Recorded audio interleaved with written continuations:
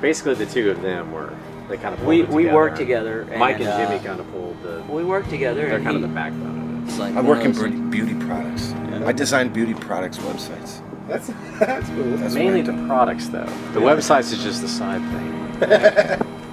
I walk in this room and they're showing this amazing web design, like this whole show, and it was all Jimmy's stuff. You know, Jimmy wasn't even there. He's like, I don't fucking go to meetings. What are you talking? Like, first time I met you, remember I dragged you in this meeting? You're like, I'll be right back. And then I didn't see him. I was like, oh, shit. You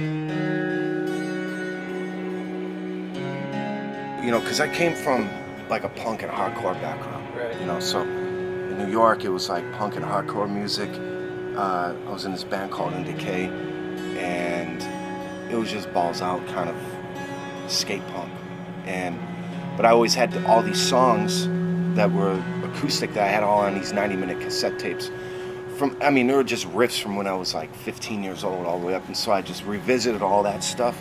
I always collectively wrote songs with my band guys in the past.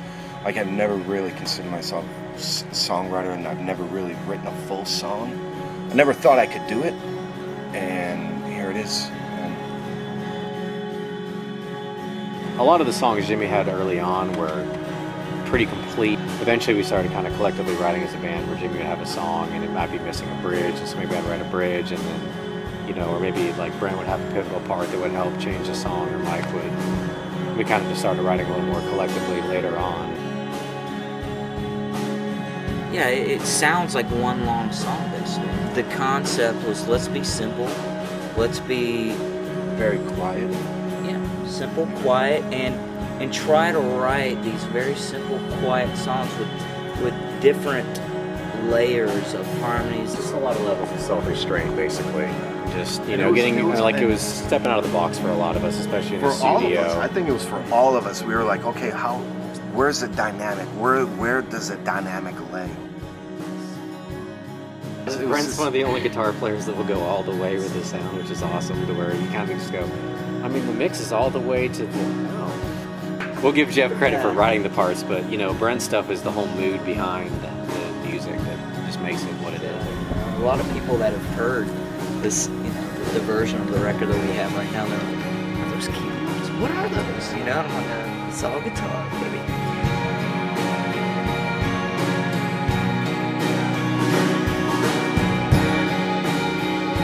Yeah, the best part about the record was, especially thanks to Mike and Jimmy, we really took the time to make it what we thought it kind of could be, instead of just shorting out on time.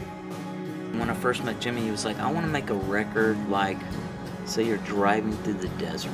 Yeah, it's a traveling record. Well, the record's the thing that's going to last forever, so really it's the most important thing. I mean, you know, the local shows are pretty worthless when you really think about the broad scope of things, because it's the record that, you know, 20 years down the road you're going to go, man, our shows were so great, but if the record sucks, really, grandkids are going to think you suck. So I mean, it's perfect. There's nothing I'd change about any of this.